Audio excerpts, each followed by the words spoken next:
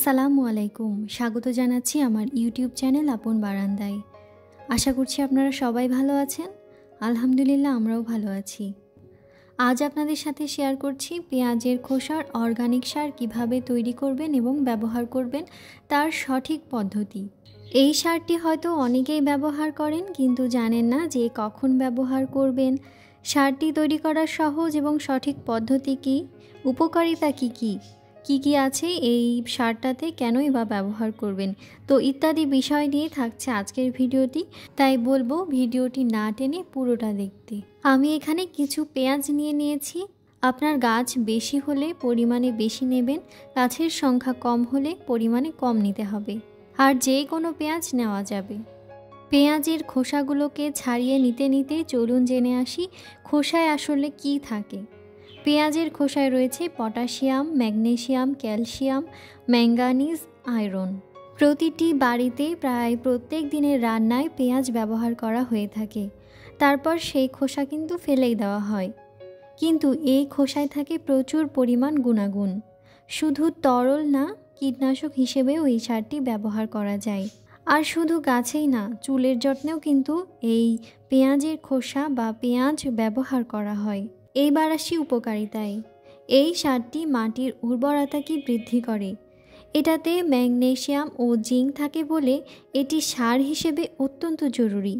গাছের ফুল ও ফল ঝরে পড়াও বন্ধ করে এই সারটি। ফুল ফলের গাছকে পোকামাকড়ের হাত থেকে রক্ষা করতে চাইলেও এই সারটি ব্যবহার করতে পারবেন। গাছে প্রচুর পরিমাণে ফুল আসতেও সাহায্য করে এই সারটি। পটাশিয়াম এবং ফসফরাসের অভাবে অনেক সময় গাছের পাতা হলুদ হয়ে ঝরে যায়, সেই ক্ষেত্রেও এই সারটি কিন্তু ব্যবহার করতে পারবেন। খোসাগুলোকে ছাড়িয়ে নিয়েছি। শুধু খোসা নিতে হবে, ভেতরের অংশ নেওয়া যাবে না, কারণ ভেতরের অংশ পচতে অনেক বেশি সময় লেগে যাবে।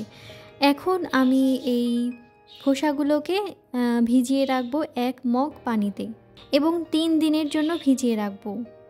আর অবশ্যই মুখটা ঢাকনা দিয়ে ঢেকে নিতে হবে। এতে করে ভেতরের গ্যাসটা বাইরে আসতে পারবে না, আবার বাইরের বাতাসটাও ভেতরে প্রবেশ করতে পারবে না। অনেকেই বলেন ভিজিয়ে রাখলে দুর্গন্ধ বের হয়, পোকা হয়ে যায়। তাদের জন্য বলবো অবশ্যই ঢাকনা ব্যবহার করবেন, তাহলে আর এই ধরনের সমস্যা হবে না। এখন যে ভিডিওটা দেখতে পাচ্ছেন এটা আসলে 3 দিন পর। ঢাকনাটি খুলে পানিটাকে আমরা ছেঁকে নেব। আমি জানি না এখন পর্যন্ত আপনারা আমার ভিডিওটি দেখছেন কি না। ভিডিওটি দেখে থাকলে অবশ্যই লাইক, কমেন্ট এবং শেয়ার করতে পারেন। ভিডিওটি যদি ভালো লেগে যায়, আরও এই ধরনের ভিডিও যদি আপনারা দেখতে চান, তাহলে অবশ্যই আমার চ্যানেলটা সাবস্ক্রাইবও করতে পারেন। আর যারা আমার ফেসবুক পেজ শিল্পমেলা থেকে ভিডিওটি দেখছেন, তাদেরকেও জানাই অসংখ্য ধন্যবাদ। চাইলে আমার পেজটিকে ফলো করে দিতে পারেন। এখন বলে দিচ্ছি কোন কোন গাছে এই সারটি ব্যবহার করতে পারবেন। এই সারটি সব ধরনের গাছে ব্যবহার করা যাবে, ফুল অথবা ফল। তবে চেষ্টা করবেন ক্যাকটাস, সাকুলেন্ট এই ধরনের গাছে না দিতে। যেহেতু এটা জৈব সার, তাই পরিমাণে বেশি দিলেও কোনো সমস্যা হবে না।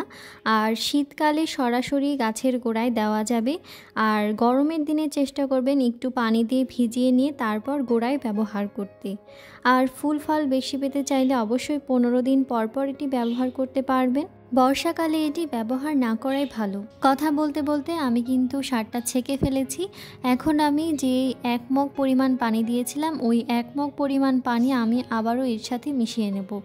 আপনাদের সার যদি বেশি ঘন হয়ে যায় তাহলে এটা মিশিয়ে নিতে পারেন, আবার না নিলেও কোনো সমস্যা হবে না। এছাড়া আপনার গাছে যদি পোকামাকড় হয়ে থাকে তাহলে অবশ্যই বিকালের দিকে এই সারটি আপনি স্প্রেও করতে পারবেন। এতে সালফার থাকার কারণে পোকামাকড় দূর হয়। দেখতেই পাচ্ছেন আমি টবের মাটি কিন্তু ভিজিয়ে নিয়েছি, আর অবশ্যই এটা বিকালের দিকে দিতে হবে। এখন আমি পরিমাণ মতো আমার টবগুলোতে ব্যবহার করব।